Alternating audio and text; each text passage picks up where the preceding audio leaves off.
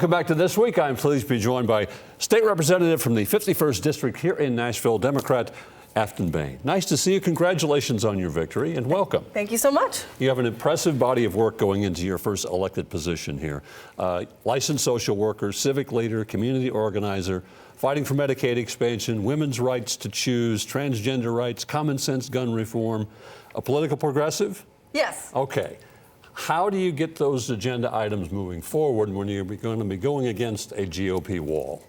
Yeah, so obviously I campaigned on protecting trans children and gender-affirming care, dismantling one of the most extreme abortion bans in the country, and I understand that the political landscape is a bit unreceptive to what I want to do, but I do think that in terms of the vision for a bigger Tennessee, a Tennessee for all, that I look forward to unveiling legislation that builds that narrative. Is the first step towards this, which really hasn't happened a whole lot, just getting the discussions going on these issues?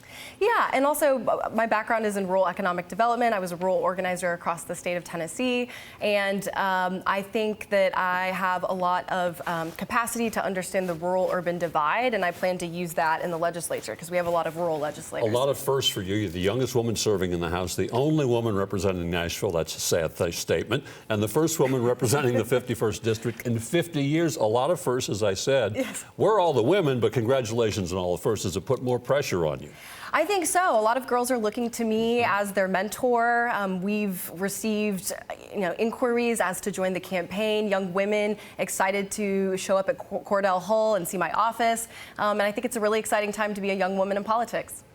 Where does it lead as far as changing in this state? Not everybody wants to change Tennessee, but if you want to change, I'm of the view it's young voices, it's young people who are going to make those changes. Young elected officials like yourself, Justin Jones, Justin Pearson, Bob Freeman. Is there a cadre of young folks out there willing to step up, want their voices heard, who want to run for office, who want to be part of change? I think so. I heard that all across the state as an organizer. I heard that throughout my campaign, that young people want a voice in state government and local government. They're concerned that their issues aren't being heard. And I am, a byproduct of yeah. You talked a little bit about what you support. You also talked a little bit about what you want to fight against: state overreach, the far-right extremism, corporate control. Other Democrats have tried that too, haven't been successful. How do you move the agenda forward?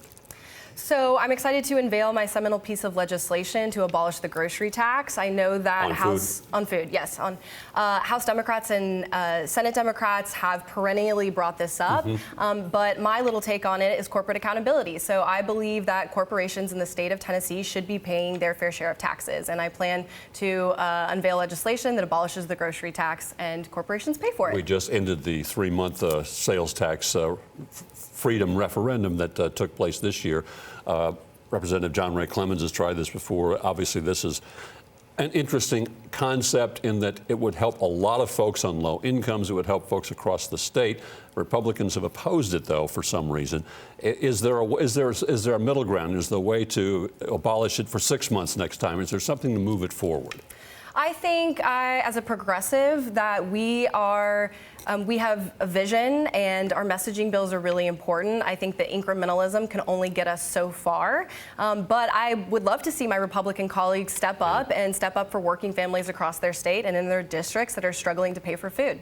We saw in the session prior to the special session, the Tennessee 3 won national attention for their stance on gun reform and gun restrictions following the Covenant shooting. It also gained national attention, but it also maybe increased the divide among Republicans and Democrats.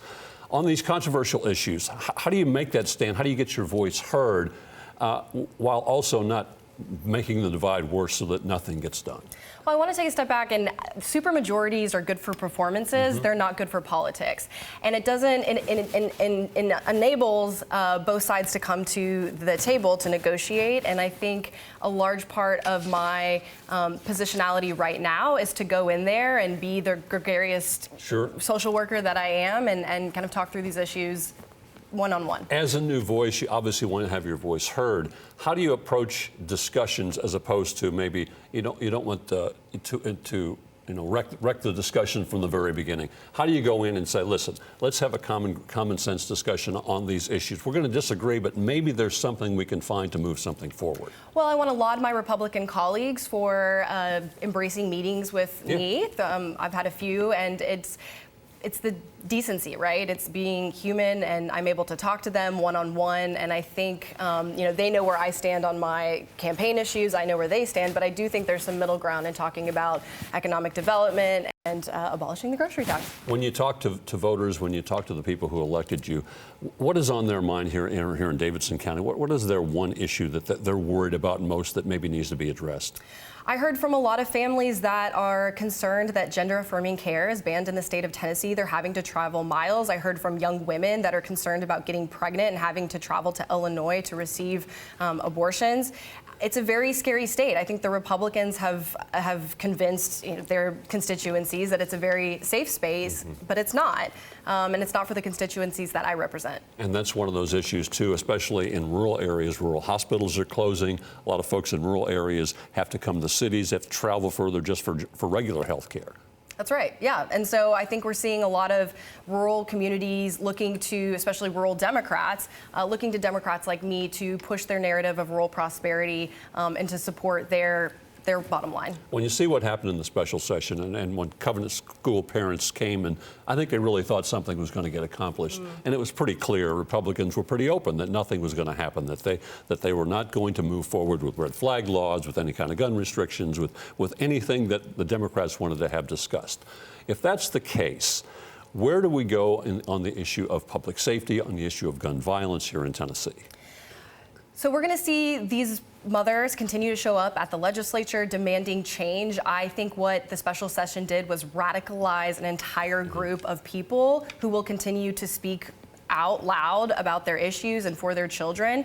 And they're just going to be more people coming to the Capitol and protesting. So, what is your North Star? What is your point that you touched, your touchstone, as you begin to approach your first legislative session? What are your hopes for goals as you get into that process?